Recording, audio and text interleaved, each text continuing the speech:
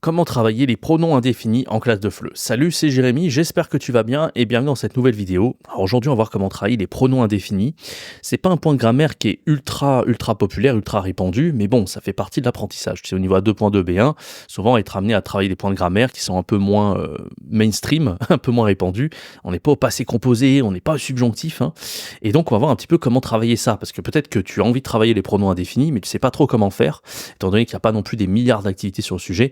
Et donc si c'est ton cas, tu es tombé sur la bonne vidéo, je t'invite à bien rester jusqu'à la fin pour découvrir comment travailler les pronoms indéfinis.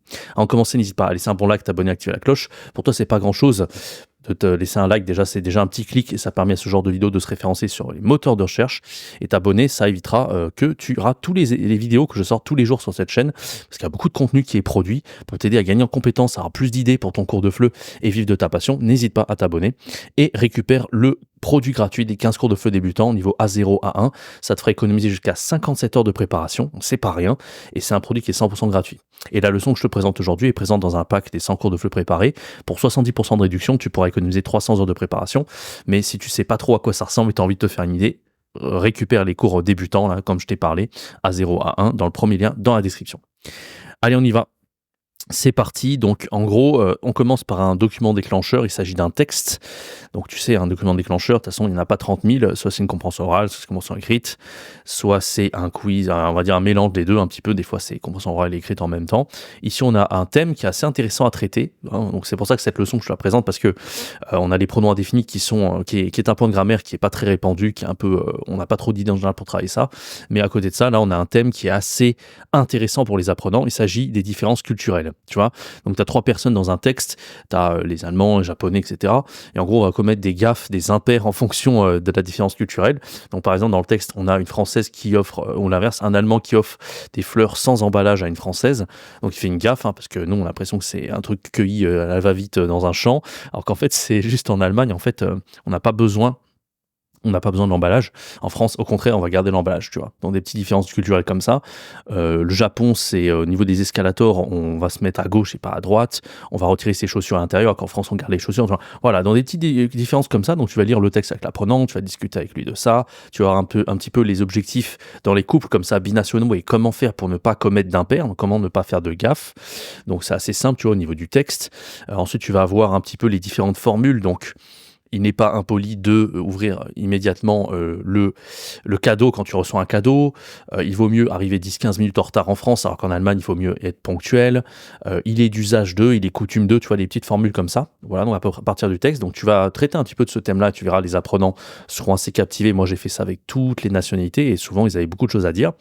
Et là, on passe enfin au point langue, donc sur les pronoms indéfinis. Alors, comment travailler ça? Bien sûr, tu vas les faire souligner dans le texte pour qu'on puisse voir vraiment en contexte de quoi il s'agit.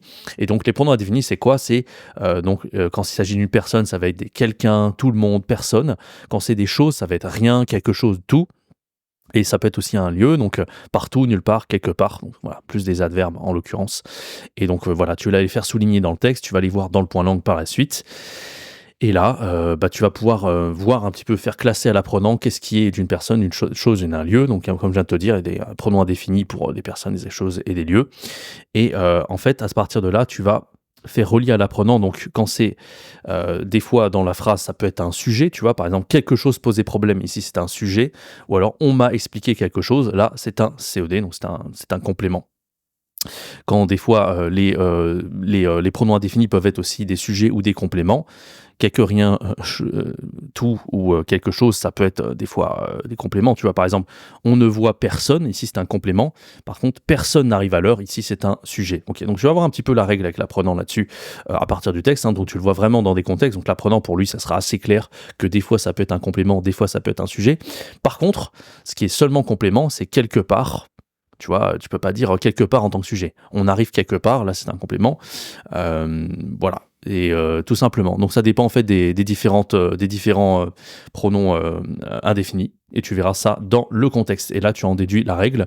Avec la négation, on utilise la négation avec personne. Personne ne m'a demandé. Et souvent, ça, c'est une erreur que font les apprenants. Ils oublient la négation, tu vois, avec ne pas. Donc, ça, c'est quelque chose d'important. Parce que s'il n'y avait pas la négation, évidemment, on est on est dans quelque chose qui est erroné. Donc tu verras un petit peu la règle en détail avec l'apprenant. Ensuite, tu enchaînes avec un petit QR code que je t'ai préparé.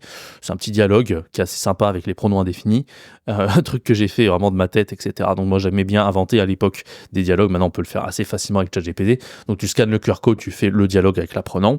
Ensuite, on a un petit exercice structural assez sympa avec les pronoms indéfinis. Donc un jour, on s'est arrêté quelque part dans un centre de prix pour déjeuner. On ne comprenait rien au menu. On a choisi quelque chose au hasard, etc.